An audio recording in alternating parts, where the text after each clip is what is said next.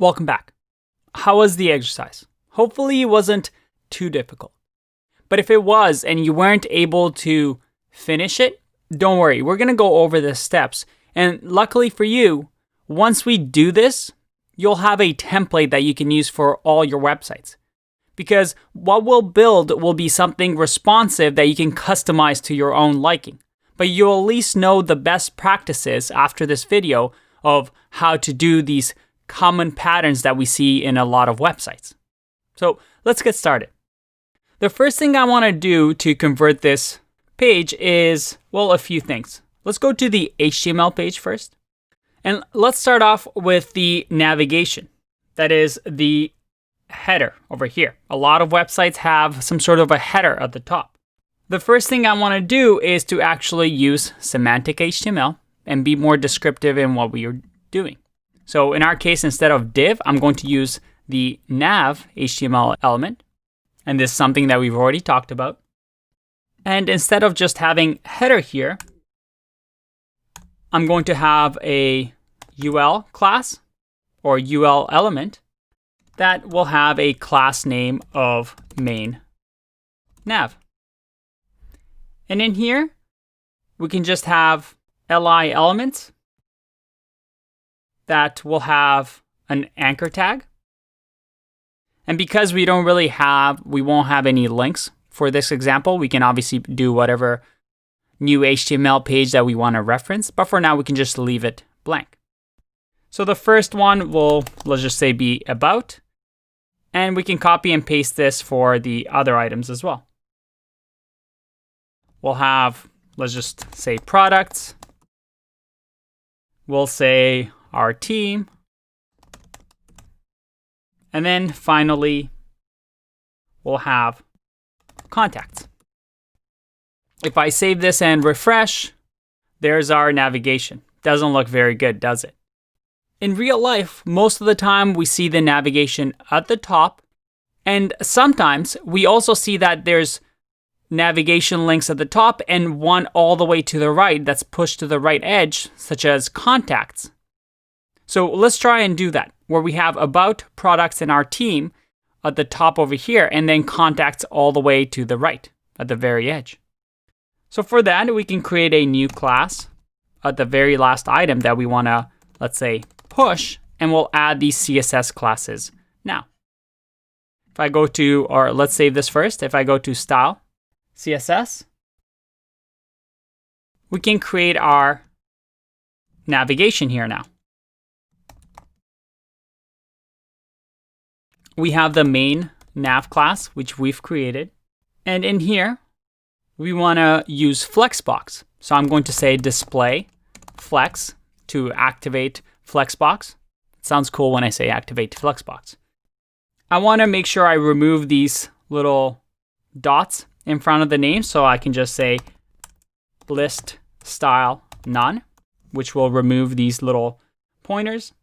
And let's say that we want the font size to be, let's say, 0.7 EM. If I save and refresh here, all right, things are a little bit better, but still not perfect. One is we want to remove any margins. So I'm going to say margin 0. If I refresh, all right, we've removed some margins, but still not pretty. We want to perhaps add some spaces in between these things. I'm going to just have the li class, which is our navigation items, and I'll just say that we want the padding to be 20 pixels. I refresh. That's a lot better. Okay. And just to clean things up, let's say that our anchor tags, we also want them to be, well, to have a color of, let's just use F5, F5, F6. If I refresh, it's nice and whitish. That looks good. And we don't want those underlined, so I'm going to say text decoration, none. Refresh, all good. Now, because I want to start structuring this as an actual web page, I'm going to go to our zone class and just remove our padding and margin because we don't really need it. Refresh here. Things are going to start looking ugly, but at least we've moved all this white space. And then finally, our display, we're no longer going to use inline block. We want to start using our Flexbox or CSS grid. In our case, our main nav is going to have flex display.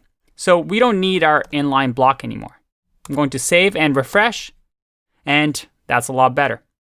Because divs are automatically blocked, our displays for these bottom ones are now going to just be blocks, but our top one, our nav bar, has flex now, which is great.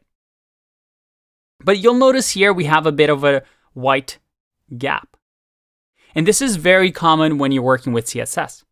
Sometimes browsers by default have some sort of CSS attached to them. In this case, in Google Chrome, our body element already has some predefined CSS classes that are pre-built by Chrome.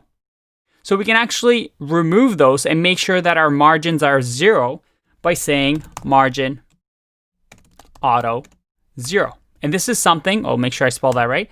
This is something that you'll see a lot of, and you'll do a lot of when it comes to just making sure that the styles or at least the margins are correct when you start off. So if I refresh here, look at that. Margins are gone and everything is filled on the page, which is great. The last thing I want to do is to move contacts all the way up to the right. And remember the push class that we added? Well, that's going to be super easy to do. All we need to do is to add a push CSS class that says margin left to be auto. And with this auto, if I refresh, contacts goes all the way to the right. If I inspect this element, so I just right click and click on inspect, and let's make this a little bit bigger so we can see. If I hover over li push here, we see that each li element has its own box, but because we did margin left auto, our li element, it's going to get automatically pushed because it has this automatic margin that it creates to the very end. If I did margin right, for example, and I refresh here, our margin would now actually be all the way to the right to fill up the entire width of the viewport. But let's go back to left. Oops, let's go back to left, save, and refresh here. The neat part about this is that with this margin left auto, I can now resize our page and you'll see that contacts is always going to be to our right. This is something that you'll see in a lot of websites, and we did that fairly fast. Not too bad, right?